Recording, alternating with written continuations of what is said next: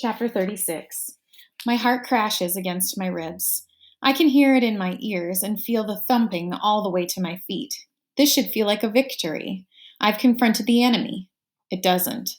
I run down the hall and shove open the doors that lead to a small courtyard.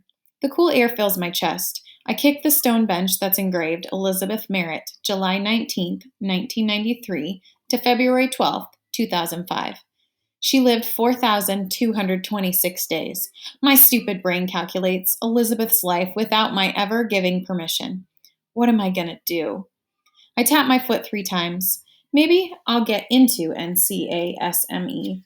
It was a mistake coming to this school. Nana's mistake. You don't need to be a genius to calculate that I don't belong here. My breathing is almost back to normal when the door bangs open and I jump. You can't be out here, the assistant principal says. You should be in class. Sorry. She steps closer. I didn't feel good, I say. I needed the air. She holds open the door. Let's talk in my office. I spend the next 17 minutes answering questions and promising I will talk to a guidance counselor if I have any further issues. I will. Then I'm finally allowed to call Nana. I tell her I have an awful stomach ache and a headache and convince her to pick me up. Are you okay, Lucy? Nana asks as we drive away from the school. Fine. I stare out the window and count. I thought you were sick, she glances at me. I am sick. Well then, what's wrong? She asks. Nothing's wrong. I'm just sick. I need to go home. I wish Nana would stop talking. Okay, you can go home today, but we need to figure out what's making you sick, and soon, because tomorrow I've got my bowling league. If you call me during bowling, I will not answer. I'm not missing it for anyone, not even you. She tries to grab my hand, but I pull away. I said I'm not going back. The team captain is Mike Renwood. He's single and has hair. She keeps talking like I didn't say anything. Well, some hair. Put it in this way. For an over 60 gentleman, he's a 10 out of 10. I know Nana is joking around. She wants me to groan or roll my eyes or say gross. But I'm not in the mood. She doesn't understand. I swear I'm not going back to that school. When we get home, Nana demands that I sit at the kitchen table. I do my routine, and then she pops a thermometer in my mouth. While we wait for it to beep, she pours me a glass of orange juice. I'm not thirsty. The lady from the office said there was some yelling in math class. Do you want to talk about it? I shake my head. The thermometer beeps 3 times when it's done. Nana pulls it out of my mouth. 98.6, perfectly normal. Lucy, what's going on? I'm not perfectly normal. I'm a freak. Nothing is going on. Fine. Do you want to play a game? No. Watch TV? No. I need to run to the pharmacy. Do you want to come? We could stop for milkshakes. No. Suit yourself. Nana grabs her purse. Get some rest. Tomorrow, you're going back. The thought of sitting in Mr. Stoker's class again really does make my head pound. He's going to be disappointed or maybe embarrassed, and I never want to be in the same room as Wendy again, ever. I watch from the window as Nana drives off into to the pharmacy or wherever. The apartment walls feel like they're pushing in. I pace. 3 steps to the right, 3 to the left. 3 to the right, 3 to the left. The air stinks of kitchen trash. I'm gagging. I stomp to my room and slam the door. No one is around to hear it. My computer boots up and I get on mathwiz.com. Not many people are on in the middle of the day. Numberlicious is debating some simple trig in complicated terms. He/she is an idiot. He/she doesn't deserve to be here. Lightning Girl. Numb. You don't know what you're doing. Numberlicious. Hey, LG. What's up? Lightning Girl. Do you know anything at all? You're taking a stupid simple problem and making it complicated. You're a moron. Numberlicious. Calm down.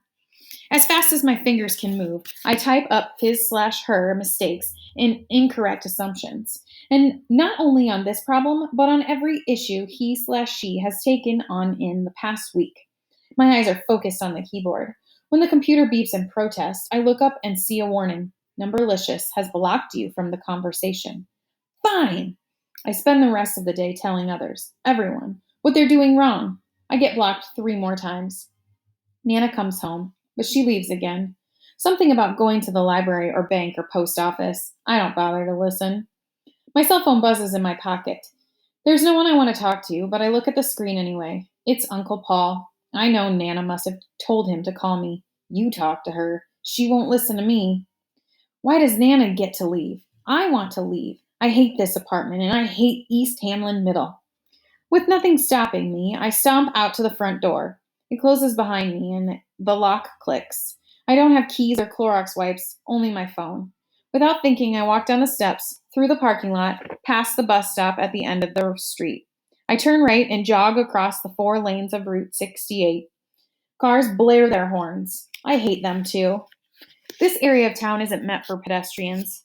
I tread through knee-high weeds, stepping over bottles and other garbage, heading to the pet hut. Not that I planned this. There's no way to accurately calculate how long it will take me. I don't know the exact distance or my walking speed. It doesn't matter. I have nowhere else to be. The strip mall I pass is vacant except for a pawn shop. A guy stands outside smoking. He waves with his free hand. I want to run. Instead, I recite the digits of pi to keep myself calm. 3.14159. It works. I walk faster, stumbling over trash and broken pieces of pavement, but then I come across the remains of a cat. It looks like it's sleeping, except for the dried brown stain beneath it. The blood is the color of the number 55. I can't step over the poor cat. I'm frozen on the side of the highway. 3.1415926.535. The world fades until a big rig whips by me. The wind trailing it makes me stumble backward. I pull out my phone. I call Levi. I'm scared, I say as soon as he answered. Lucy, what's wrong? Where are you? I tap my toe 3 times. I'm going to the pet hut. Where are you? He asks again. On Route 68. I'm walking to the shelter. I try not to sound terrified. My voice still shakes. What? That's stupid. Where is your grandmother? I don't know. I'm going to call Wendy and see if Cherish can pick you up. No, not Wendy. Lucy. Levi starts to say something, but I'm not listening. A navy blue car is stopped next to me. My stomach tightens. I don't recognize the car and can't see the driver. Someone's pulled over. I mumble into the phone. Who? I don't know. Don't get in the car with anyone, Levi warns. I know that. I move away from the road, toward the chain link fence that surrounds a vacant lot. Are you okay? A woman calls out to her window. Do you need a lift? I look back. No. The woman wears sunglasses and a smile. She isn't creepy in any way, but I still want her to leave. Just go. Lucy, what's going on? Levi calls out. The woman puts her window up and pulls away. I squat in the tall grass, hoping no other drivers notice me. Lucy! I'm fine. My body feels full of energy that makes me want to fly. Stay on the phone. Okay. I make a wide circle around the dead cat. It's easier to breathe the farther I get away from it. Where are you exactly? Levi asks. In front of a place called the True Natural Turf. The brick building looks like a prison with its chain link fence and barred windows. Okay, I'm pulling up a map online. I walk quickly through the parking lot. My heartbeat echoes in my ears. You're over 2 miles from the pet hut, Lucy. The map says it'll take you 42 minutes to walk there. I can do it. In the distance, I see a sidewalk. Maybe the worst is over. Stay on the phone, I say it again. I'm not going anywhere. I believe him. Hey, I know what will make you feel better. What? Math problems. Hang on a sec. I hear clicking in the background. I got one. Ready? Jane is counting her change. She has 2 more quarters than nickels, 5 fewer dimes than quarters, and 2 more pennies than nickels. The total amount is $1.86. How many coins does she have? 17. Geez, you answered it before I could even scroll down, he laughs. Of course you're right. I know. Do you want another problem, he asks. Yes. Levi asks me question after question as I walk. They're mostly simple algebra or geometry, but they still distract me from the traffic and from thinking about Wendy. I answer 27 problems before I make it to the door of the pet hut. Don't walk home alone, he says. I won't. I promise. Text me later. Okay, thanks for, yeah, no problem, he hangs up. Math has saved me again. Or maybe it was Levi.